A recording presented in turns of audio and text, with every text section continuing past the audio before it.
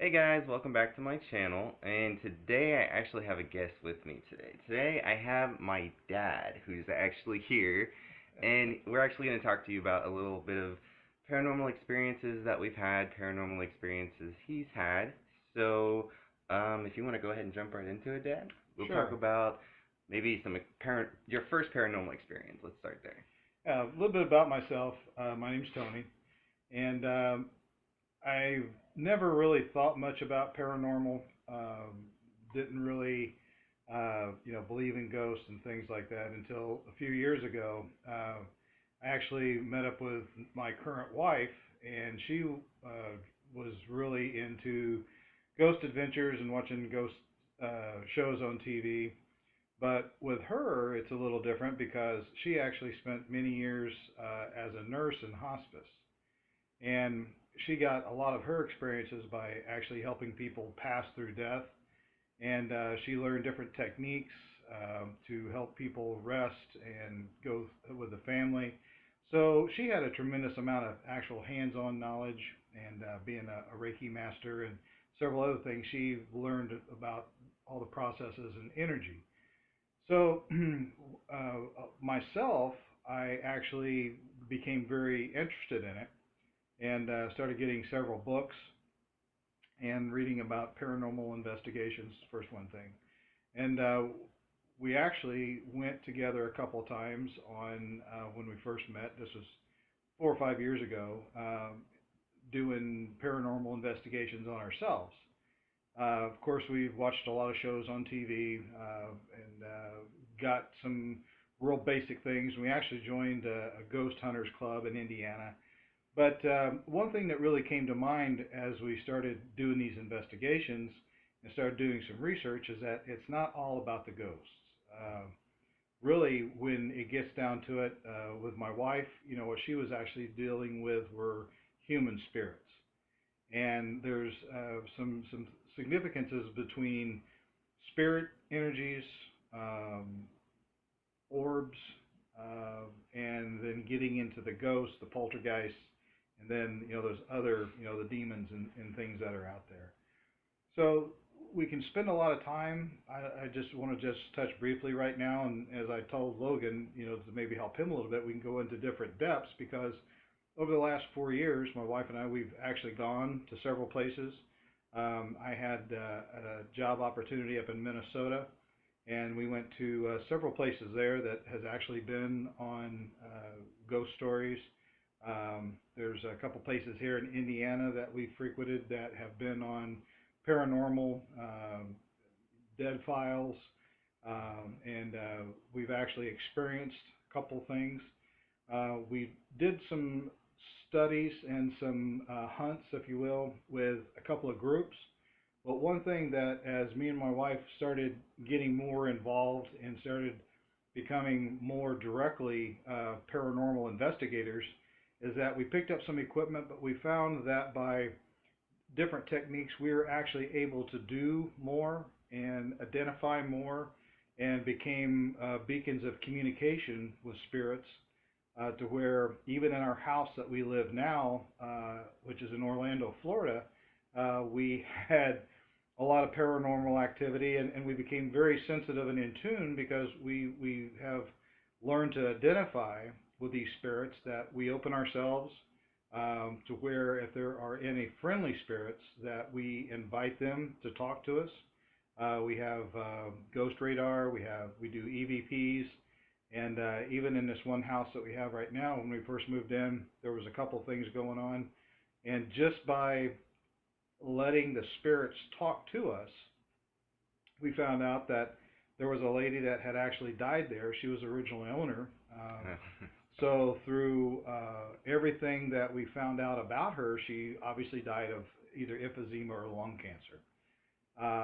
And when we first moved into the house, even though my wife and I aren't smokers, from time to time we'd walk through the house, and it was literally like somebody smoked a cigarette right behind us, or we'd be in the main living room, and you could just the smoke would just start drifting through the house.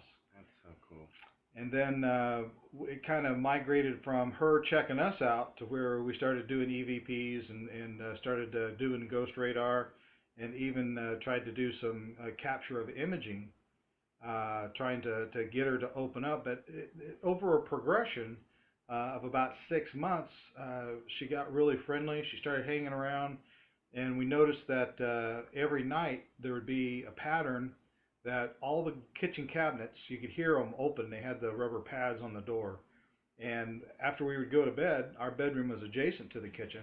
You could literally hear every door in the kitchen open and close. You just hear just a pop, pop, pop, pop. And every once in a while you hear a rustle of pots and pans. And this went on for over 8 months.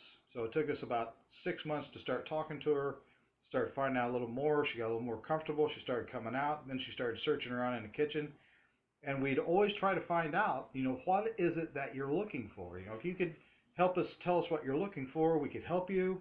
And that's what all it is most of these people, they're looking for something or something traumatic that happened in their life to where when they die, most of them don't know they're dead. Most of them don't know that they've passed on because they've just been caught in that state. So instant, like heart attack. They were just thrown into death. They went to bed. They didn't know they died. They still think that they wake up. They kind of walk around. They do their typical patterns, and they just physically don't know. And that's what we kind of assumed this woman was, is that she was kind of looking at us and saying, "What are you guys doing in my house?" We were kind of looking at her and saying, "You make a heck of a lot of noise. What can we do to help you?" And it was the oddest thing because Connie and I had just done some paranormal investigating on another project, and we're just happened to sit in the living room, and here comes the smoke. And this was about 2 months ago, and it's the end of September, so it was early August, late July. Watching TV, and here comes the cigarette smoke. Comes in, it's like somebody's standing right behind us. So we immediately turned the ghost radar on because we know that she's around us. And we said, hi, we introduced ourselves. We're still trying to help you out. We're still trying to talk to you. And we had some words, where with the ghost radar, we say, speaking to our radar, if you need energy, and that's a lot of things that some of these spirits are really weak. They were either weakened in their death state, or they were weakened because they've been there so long that they just, are starting to fade out. But we offer energy by either touching our palms or offering battery operated like flashlights or radios because they can gain energy from there. And just out of the blue, she says, "Hi." And we said, "Hi, we've been trying to talk to you. We know that it's you because we can tell by your cigarette." She said that on the ghost radar? Yeah. She just said hi. So, of course, we introduced ourselves again. We've been living here. So she was obviously really comfortable and said, we know you're the lady going through the kitchen. We've been living in your house, and we've really enjoyed it here.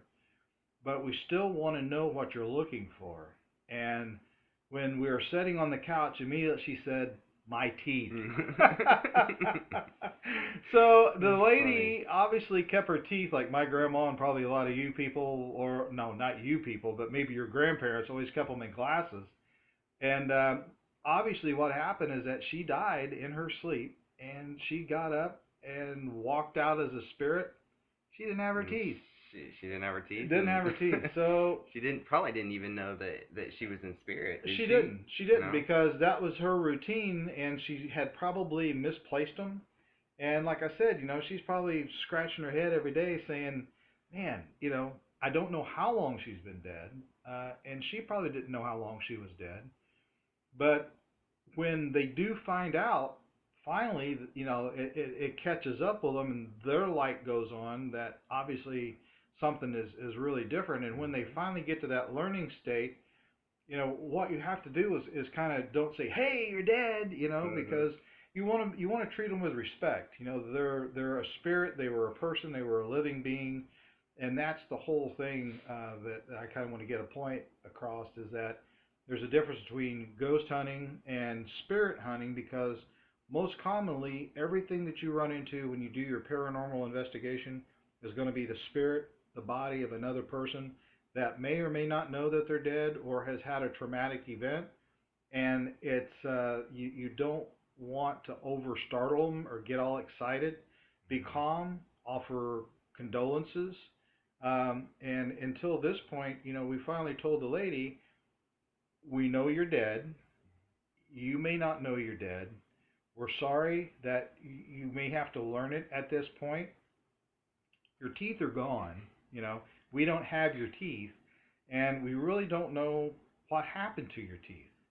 But, if we could comfort you in any way, and with my wife, she offers Reiki energy, and by giving them energy and them realizing that their life has changed, a lot of time they'll either move on, if it's a friendly spirit, and we can talk about what to do with unfriendly spirits because they are out there also.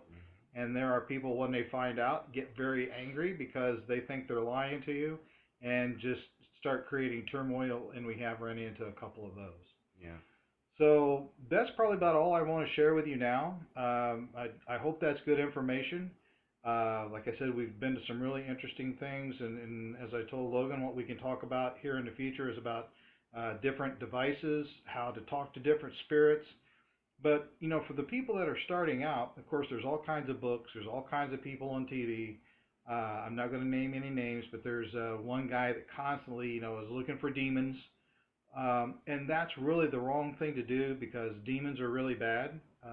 Spirit provoking. Yeah, spirit provoking, because if that's what you go looking for, that's what you're going to find.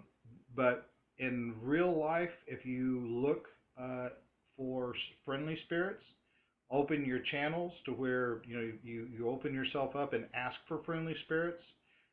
Set boundaries. If there are any friendly spirits, I would like to talk to you. And you'll find that how they come over time, everybody's a little bit different.